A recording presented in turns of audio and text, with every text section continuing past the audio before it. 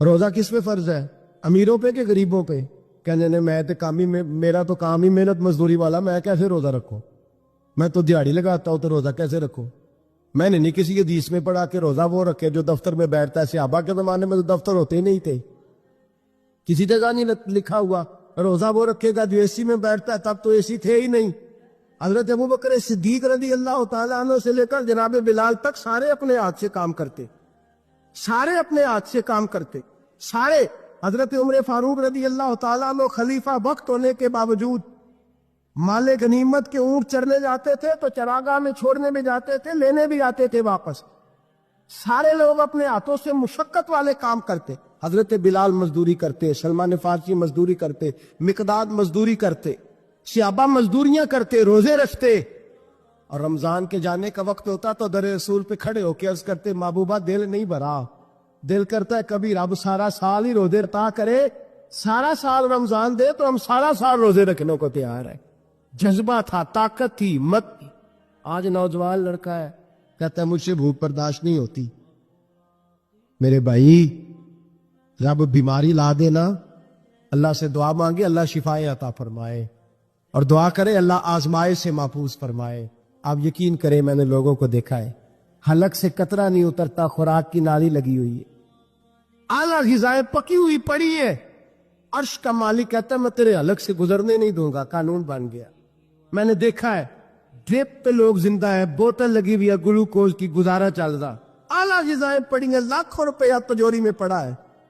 مالک کہتا تو نہیں کھا سکتا تو وہ کھانے نہیں دیتا، نہیں کھانے دیتا۔ ایک شخص یورپ کے علاقے کا، میں کسی کالم نویس کا پڑھ رہا تھا، وہ کہتا ہے میری خربوں میں جائیداد ہے لیکن میرے معدے میں ایسی تکلیف ہے کہ میں آٹے کو چھان کر جو اوپر سے بورا نکلتا ہے صرف وہ کھا سکتا ہوں، اس کے علاوہ میں کائنات کی کوئی نعمت کھا نہیں سکتا۔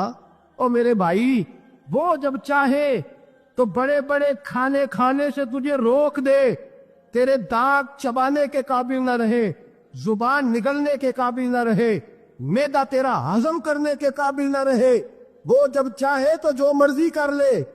وہ کہتا چل تو میری مرضی پہ چلنا، ایک مہینہ میرے کہنے پہ نہ کھا، ایک مہینہ میرے کہنے پہ نہ کھا تو یا اللہ تو کیا کرے گا؟ فرمایا صوم تصحو، میرے نبی پاک نے فرمایا تم روزے رکھو اللہ تمہیں صحت عطا فرما دے گا، اللہ تندرستیاں دے دے گا، شفائیں دے دے گا۔ تم روزے رکھو اللہ تمہیں، سبحان اللہ، اللہ تمہیں، اللہ طاقت دیتا ہے، ہمت دیتا ہے، اللہ ہمت دیتا ہے۔ میں نے دیکھا ہے، میں نے بزرگوں کو دیکھا ہے، ضعیف لوگوں کو دیکھا ہے، کمزور لوگوں کو دیکھا ہے، میں نے دیکھا ہے روزے رکھتے ہوئے، مزدوروں کو دیکھا ہے روزے رکھتے ہوئے۔ میں اپنے ابا جی کو کہتا ابا جی اتنی سخت گرمی اور مزدوری آپ کرتے اور مزدوری کے عالم میں روزہ رکھتے تو کہتے پتر روزہ کی آندا ہے، روزہ کدوں کو جاندا ہے، روزہ اپنی جگہ تے بھی مزدوری اپنی جگہ ہوتی۔ اور کئی دفعہ مینوں فرمان لگیا، میں نے یار سمجھ کوئی نہیں لگتی، پتہ نہیں روزے چ اللہ طاقت کتوں دے چھڑدا ہے، نہیں زیادہ کام بھی زیادہ کریدا ہے کہ روزہ بھی بھائی صوم تصحو، میرے مصطفیٰ نے فرمایا تو روزہ رکھ اللہ تجھے صحت عطا فرما دے گا۔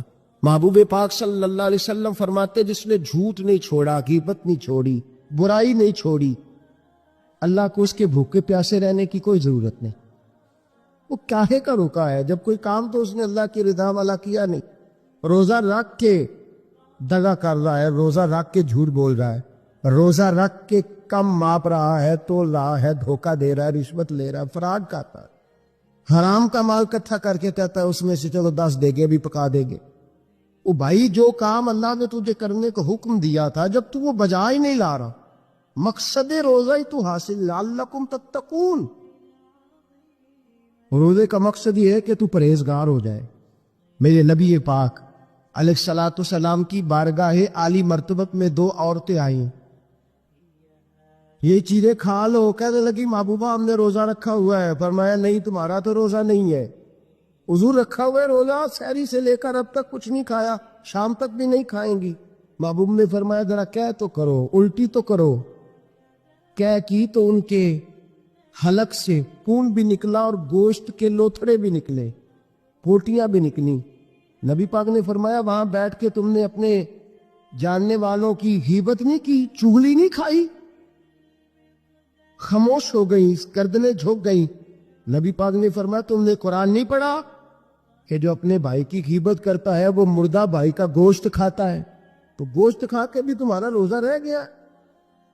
کس طرح کا روزہ ہے کہ صاحب روزہ رکھ کے نہ رکھنے والوں پہ تنقید کر رہے ہیں۔ تراویاں پڑھ کے نکلے ہیں تو کہتے ہیں میں اکیلا ہی نیک ہوں، باقی تو محلے میں کوئی پڑھتا ہی نہیں۔ یہ کیسا تیرا روزہ ہے کہ تو روزہ رکھ کے تو اس کے مقصد کو نہیں سمجھا؟ لعلکم تتقون۔ روزہ دار تو وہ ہے کہ روزہ رکھا ہوا ہے، کھانے بھی سے رکا ہے، پینے سے بھی رکا ہے، عمل زوجیہ سے بھی رکا ہے، پھر وہ جھوٹ سے بھی رکے، غیبت سے بھی رکے، بدنگاہی سے بھی رکے، حرام خواری سے بھی رکے ساری چیزوں سے۔ یہ بتلائیے کہ روزے کی حالت میں اپنی بیوی کے پاس جانا منع ہے تو غیر محرم کو دیکھنا جائز ہے؟ ہمارے ٹی وی پہ میں نے پہلے بھی کہا تھا کہ ہم ٹھیکیدار اور ذمہ دار نہیں ہیں مذہب کے۔ یہاں ہمارے آنے سے پہلے بھی کوئی بیٹھا تھا، ہم مریں گے تو یہاں ہم سے بڑے بڑے نیک لوگ بیٹھے، کوئی بندہ ذمہ دار نہیں ہے۔ بڑے بڑے کج کلا، صاحب جبہ و دستار، بڑے بڑے صاحب بصیرت، آئمہ، فقہاء، علماء، زعماء، نقبا، صوفیاء، اولیاء، غوث، کتب، ابدال، اوتاد، کتب الاقطاب، جانے کون کون آئے، علماء آئے، مفسرین آئے، محدثین آئے، گزر گئے۔ ہم تو خاک نشین لوگ ہیں، تھوڑا کام کرنے والے، تھوڑی صلاحیت رکھنے والے۔ لیکن بھائی اگر کرتے ہیں تو ایک کام کرتے ہیں، ساتھ دوسرا نہیں کرتے۔ یہ کس طرح کا دین سکھانے لوگ نکلے کہ شوال سے لے کر شعبان تک گانا سنایا جائے گا، شعبان سے لے کر شوال تک ناچ گانا کیا جائے گا، شوال سے لے کر شعبان تک دھما چوکڑی ہوگی، رمضان آئے گا تو حدیثیں سنائی جائیں گی، رمضان آئے گا تو لوگوں کو قرآن پڑھ کے سنایا جائے گا۔ یہ مذہب باز نہیں ہے، ایک گویے مذہب سکھائیں گے، ایکٹر مذہب سکھائیں گے۔ یہ مذہب باز نہیں ہے کہ ایک گلاس کے اندر پہلے شراب پی لو، پھر اسی گلاس میں رمضان آئے تو شہد بانٹنا شروع کر دو۔ یہ باز نہیں، یہ میرے رسول اللہ کا مذہب ہے۔ اگر تمہیں شوق ہے دین سیکھنے سکھانے کا، یکم رمضان کو توبہ کرو اور کہو کہ ہم ٹی وی پہ بیٹھ کے حدیثیں سنائیں گے تو سارا سال سنائیں گے، اور جس زبان سے حدیث نکلے گی پھر اس سے کبھی گندا گانا نہیں نکلے گا، پھر کبھی ناچ گانا نہیں ہوگا۔ یہ کون سا مذہب ہے جو بیویاں سکھا رہی ہے؟ یہ کون سا دین ہے جو عورتیں سکھا رہی ہیں؟ میرے رسول پاک صلی اللہ تعالی علیہ وآلہ وسلم کا وہ مذہب ہے کہ میرے اعلیٰ حضرت فاضل بریلوی رحمت اللہ علیہ نے فرمایا مرد کے لیے جائز نہیں کہ وہ عورت کی زبان سے میلاد بھی سنے، نعت بھی سنے۔ مرد کے لیے جائز نہیں، مرد کو مرد سکھائے گا، عورت سکھائے گی تو عورتوں کو سکھائے۔